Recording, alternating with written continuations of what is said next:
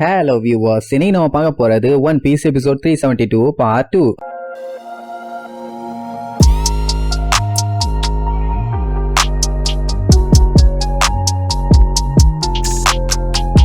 Open பண்ணா போன பாட்டுல அந்த வில்லனுக்கே வில்லாதி வில்லனா நம்ம லூஃபி வந்து நின்னால அவன் ஆளை பார்த்துட்டு நம்ம ஆளுகெல்லாம் மிரண்டுருவாங்க. நல்ல வேலை அவன் வந்ததுனால்தான் உசோப்பு நமியும் தப்பிச்சாங்க. இல்லன்னா தரையில சப்பி இருப்பாங்க. அப்புறம் தோசை மாதிரி சுரண்டி தான் எடுக்கணும். நமி பார்த்தோன்னே கண்டுபிடிச்சிட்டா இது லூஃபின்னு. ஆனா உசோப்புக்கு சுத்தமா அடையாளமே தெரியல. கொஞ்சம் அங்க அடையாளங்களை வச்சு பார்க்கும்போது லூஃபி மாதிரி தான் இருக்குது. நிஜமாவே இது நீதானாடான்னு கேட்டுதான் கன்ஃபார்ம் பண்ணுவாங்க. ஆனா அவன் பேசுற விதம், அவனோட லுக்கு எல்லாமே டோட்டலா டிஃப்ரெண்டா இருக்குது. அதுதான் நம்ம ஆளுகளுக்கு ஒரே குழப்பம். அவங்கள விட அந்த கெக்கோ தான் செமையா குழம்பி போயிருவான். இவன் திடீர்னு இப்படி மாறிட்டான். உடம்புல வேற ஏதாச்சும் பவர் இருக்குதான்னு வேற டவுட் ஆகும். இங்க நம்ம லூஃபி அவங்க ரெண்டு பேர்த்தையும் இறக்கி விட்டுட்டு அவன் எல்லாத்தையுமே தோக்கடிச்சிட்டானு விசாரிப்பான். ஆமா, எல்லாத்தையுமே போட்டு பொல்லன்னு பொலந்து கட்டிட்டான். அத்தனை பேருமே ரத்த கலரியோட கிடக்குறாங்கன்னு சொன்ன உடனே சரி ஓகே, இனிமேட்டு யாரும் குறுக்கால வராதிங்க, எல்லாம் 2 ஸ்டாப் பேக்ல போங்க, ஏன்னா எனக்கு கொஞ்ச நேரத்துல பாடி வரும், குறுக்க வந்து டிஸ்டர்ப் பண்ண கூடாதுமா. உசோப்பு தான் பதறுவான். அட லூசு பலே, நீ யாருகிட்ட மோதுறன்னு தெரியுதா? அது ஒரு ஜோம்பி, அதுவும் உன்னோட ஷேடோ வச்ச ஒரு ஜோம்பி. அது மட்டுமா உன்ன மாதிரியே அவனால ஸ்டெச்சும் பண்ண முடியுது,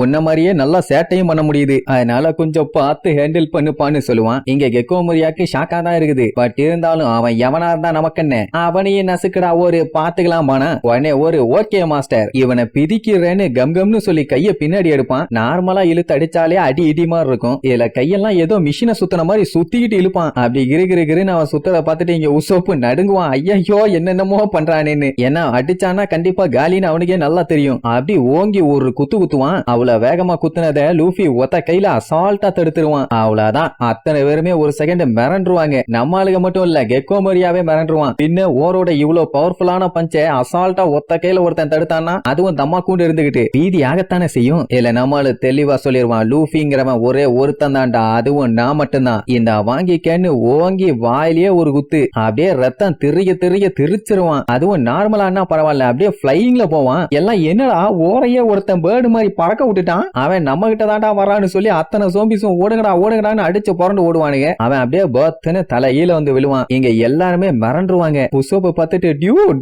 என்ன டியூட் செதற தேங்காய் மாதிரி செதற விட்டுட்டு நிஜமாவே நீ லூஃபி தானா, என்னால நம்ப முடியலப்பா என்ன அப்படின்னு சொல்லி அவனை பாராட்டி தள்ளுவாங்க. அந்த டைம் நம்மால மேல இருந்து ஒரு ஜம்ப் மட்டும் தான் போடுவான். அப்படி அவன் ஜம்ப போட்டதுக்கே அந்த இடம் பள்ளமாயிரும். அப்புறம் அடி வாங்கின ஓர் அப்படியே டயர்ட்ல எந்திரிப்பான். அந்த டைம் ஜம்ப் பண்ணி வந்து அவன் கொம்போட புடிச்சு அப்படியே தலையோட வச்சு தரையில ஒரே அடி, கீழே அடிச்சதுல காலுகையெல்லாம் மேல பிச்சுக்கும். என்ன நடக்குதுங்க, இது நிஜமா கனவானி உங்க ரெண்டு பேரும் மிரண்டு போய் பாத்துக்கிட்டு இருக்கும் போது அப்ப கீழே சில பேரு அவன் ஓர போட்டு பொழந்து கட்டிட்டு இருக்கான். இதுதான் நம்ம சான்ஸ், சீக்கிரமா அவங்க எல்லாத்தையுமே கண்டுபிடிங்கன்னு சொல்லுவாங்க. இது யாரா புதுசான்னு பார்த்தா அந்த மேரேஜ் ப்ரொபோசல் லோலா இருந்தால அவளோட க்ரூ மெம்பர்ஸ் தான். நம்ம ஆளுகள தான் தேடி கண்டுபிடிப்பாங்க. எல்லாருமே அன்கான்சியஸா இருக்கத பார்த்துட்டு உடனே சேஃபான ஒரு இடத்துக்கு தூக்கிட்டு போவாங்க. இங்க இவங்களுக்கு ஒன்னும் புரியல, என்ன இத்தனை பேர் வந்திருக்காங்க, எல்லாருமே ஜோம்பியா இருப்பாங்களோன்னு ஒரு பீதி. ஒருவேளை ஜோம்பி கையில இவங்க க்ரூ மெம்பர்ஸ் எல்லாம் மாட்டினாங்கன்னா என்ன ஆகும், அவ்வளவுதான் பிச்சு பெனஞ்சு வச்சிருவானுங்க. அதனால அவங்கள காப்பாத்தணும்னு இவங்க ஒரு சைடு பதறுவாங்க. அங்க லூஃபி அடி எல்லாம் இடி மாதிரி இறங்கிட்டு இருக்கும். ஏன்னா அந்த ஓராளெல்லாம் எதுவும் பண்ண முடியல, கேப் விடாம லூஃபி அடிச்சுக்கிட்டே இருக்கான். அதையெல்லாம் தூரத்துல இருந்து பார்த்த இந்த சோம்பிஸ் எல்லாம் மிரண்டு போய் தான் பாப்பானுங்க. நிஜமாவே அவ்வளவு பெரிய ஆளை இந்த தம்மா கூண்டு பைய போட்டு பொழந்துகிட்டான்னு. லூஃபி முடியெல்லாம் புடிச்சு அந்த ஓரை தூக்கி அடிக்கிறதுல உள்ள இருக்க கெக்கோ மரியாக்கெல்லாம் அப்படியே ஆடி போயிடும். ஊடு கட்டி அடிச்சுட்டு இருப்பான். இங்க சோம்பிஸ் எல்லாத்துக்குமே அள்ளு விடும். ஏன்னா அந்த மொரியா பைய ஓரோட வயிற்றுக்குள்ள இருக்கான். அவன் தான் இந்த த்ரில்லர் பார்க் சோம்பிஸ் எல்லாத்தையுமே ரூல் பண்ணிட்டு இருந்தவன். அதுவும் ஒரு அல்டிமேட் ஜோம்பி கூட இருக்கும்போது இப்படி நடக்குதுன்னா இது என்ன நிஜ மாதிரியா இருக்கு, கண்டிப்பா ஒரு ஜோக்கு மாதிரி தானே இருக்கு. இவங்களுக்கு தெரிஞ்சு அந்த ஓருங்கிறவன் ஒரு லெஜெண்டரி வில்லன். 500 வருஷத்துக்கு முன்னாடி அவனை டெவிலும்பாங்க. அது மட்டும் இல்லாம கெக்கோ மோரியா 7 மார்லாட்ஸ்ல ஒரு ஆளு. அப்படி இருக்கும்போது அவங்க ரெண்டு பேத்தையும் ஒத்தால நின்னு துவன்னு துவைக்கிறதா இவங்களால நம்பவே முடியல. லூஃபி அங்க புடிச்ச முடிய விடவே இல்ல, சுத்துன்னு சுத்தி துணியை துவைக்கிற மாதிரி துவைச்சுக்கிட்டு இருப்பான். இங்க இவங்களுக்கு அதெல்லாம் பார்க்கும்போது கனவு மாதிரி இருக்கும். அப்படி என்னதான் பண்ணீங்கன்னு சொல்லி அந்த லோலா கிட்ட விசாரிப்பாங்களா. அதுக்கப்புறம் தான் எல்லாம் மாத்தி மேட்ட சொல்லுவாங்க. லூஃபிக்குள்ள 100 ஜோம்பி இருக்குன்னு. இப்ப என்னன்னா இவங்களுக்கெல்லாம் இருக்கிற ஒரே ஒரு ஹோப் அவன் மட்டும்தான். சன்ரைஸ் வரதுக்குள்ள அவன் எப்படியாச்சும் அவனை காலி பண்ணியே ஆகணும். அண்ட் இந்த பவரும் ரொம்ப நேரத்துக்கு நிக்காதே, வெறும் 10 நிமிஷம் தானே, இன்னும் சொல்ல போனா ஒரு 3 நிமிஷம் தான் இருக்கும். அதுக்குள்ள அவன் கெக்கோ மரியாவை காலி பண்ணாதான் இவங்க எல்லாரோட ஷேடோவுமே திருப்பி இவங்களுக்கு வரும். இவங்களும் சன்ரைஸா முழுசா பார்க்க முடியும். அப்படி இல்லன்னா என்ன ஆகும்னு உங்களுக்கே தெரியும். கொஞ்ச நேரத்துல சூரியன் வெளியில வரும், அம்பட்டு வரும், காத்தோட காத்தா கரேஞ்சு போயிருவாங்க. சோ இப்ப நம்ம நைட்மேர் லூஃபி மேல நம்பிக்கை வச்சுதான் எல்லாருமே வெறி கொண்டு வெயிட்டிங்ல இருக்காங்க, எப்படியாச்சும் ஜெயிச்சிருவான்னு. அங்க அவனும் சும்மா சொல்லக்கூடாது, சுத்தி சுத்தி தான் அடிப்பான். அவன் அடிக்கிற அடியில